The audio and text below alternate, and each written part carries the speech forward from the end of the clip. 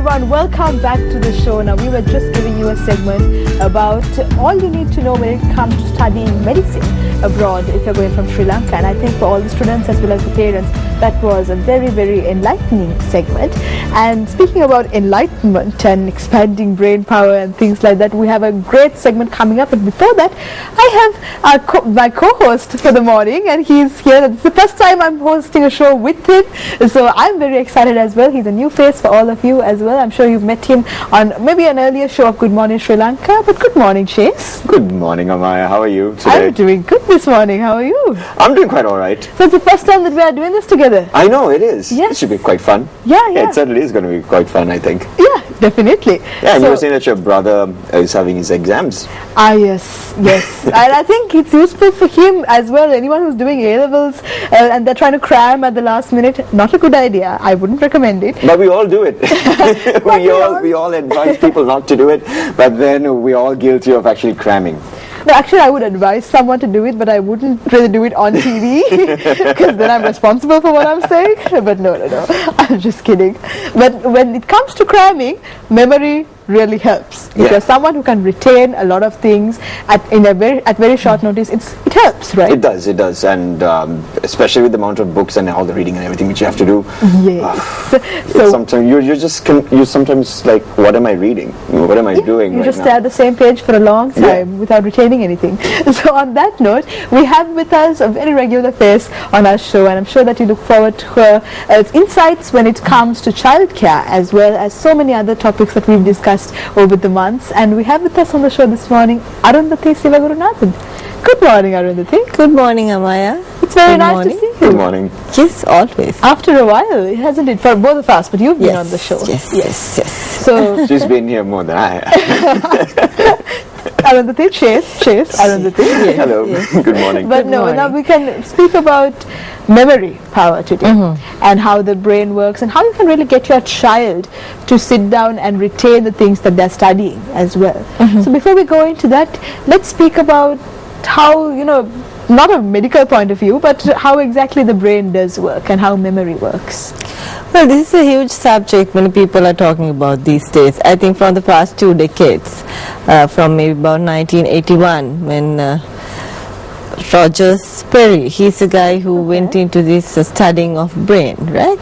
So my point is before we speak about improving brain power or mind power, I think it's best for us to understand what is this and what memory is.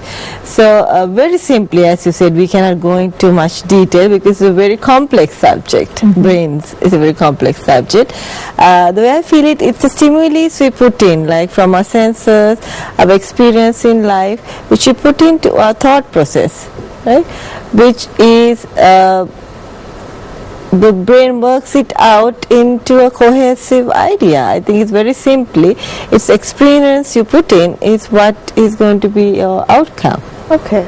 So you're saying that it's not just letters on a page or a picture or anything like that. It's the experience that you get that your brain registers. It's all of it. Like it's visual, as I said, your senses. It's visual, your taste, and whichever. It's the experience which goes in as a process or information which will be filtered as a cohesive idea. And we're constantly doing that every moment in time, even right now as we speak. Yes, exactly. Yes. I will always remember this show. So, when it comes to the child now, getting your child to sit down and study is one thing, but to have them remember something that they're studying, and how does it differ in a child, because they're not at the full development mentally as well when it comes to a child, and does that mean that they have a different capacity to retain things? So this is again this whole concept of the whole brain. They say work out the entire brain, right? So this is where you come to the left side and the right side of the brain story. So the left hand side, they say, are people who are very logical. Like the basically that hemisphere works on very logical thinking, and the right side is basically creativity and emotional aspects of life. So when it comes to what you ask, the new theory is to get both sides to work together. Get emotional about Wow. Being logical and emotional about it. You can't be emotional I about think- that. Would it be safe to say that I think ladies tend to use it more than men do? You're saying this on a show with two ladies, Chase. Be very careful about your choice of words. It is not so. It's I'm just free. helping out the man. No, having the pink and the blue again, as usual.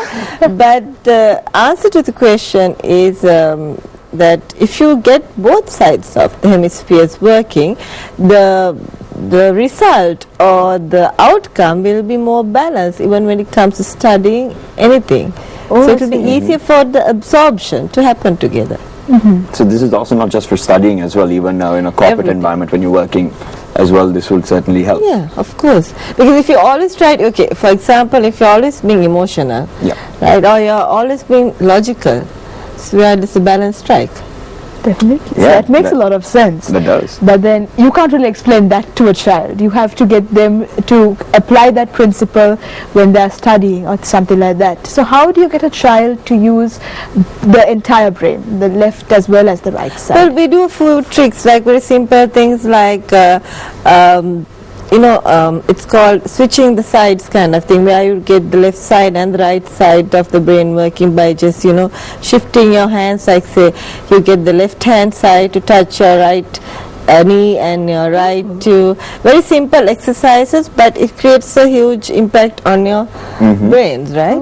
And we do simple things like this pencil, like you keep the pencil far, and then what you are doing is you make sure you bring it close enough, you don't see double, right? But what happens here again, as well as I said, it's like you're sorting out your motor skills in a way to trigger the brain, and you're sorting out your eyes where it's triggering the brain. This is a whole thing, again, the whole body plus the mind has to work together, and of course physical activities are very important. Like what when you say physical activities? Any kind of sport, anything. Okay. Because the child has to be active. But it's a huge impact on how So the it's brain all works. physical stimulation when it comes to exercise, and also the little exercises which we were just mentioning there. That plus real exercise where you sweat out, that helps them deal with their emotions as well in a different perspective. Because But some people say that even video games in a way can stimulate a child to use hand-eye coordination, and even with the controls or anything like that, the reflexes. Yes, studies have shown that they tend to be more alert playing video games. Things like Call of Duty, I think. We have a fan. I'm sure when it comes to eye-hand coordination, yes, because that is a huge amount of it's a huge fast track kind of thing, eyes and your little fingers have to work together, and I see kids playing it so well, and we can't think about. But I'm not really sure about the stimuli going in with the anything worthwhile. Oh, I see. So that's something the that parents question. should look into, I guess. So the best thing you're saying is to maybe get the child involved in a sport in school, or even if they're at a preschool age. Is it necessary to start these exercises at that age Of itself? course, art and craft, music, these are very important things in somebody's life, anybody's life. As you said, the left and the right. So right brain is very aesthetic, creative, and then the logical thinking comes into basic concept, as you say, like maths, language, whatever. So this should be started when they're very young. So I think the trick here is balance, isn't it, Chase? Yes, indeed, and we will be actually getting into that in just a bit, but right now we do need to drop in for a very short break.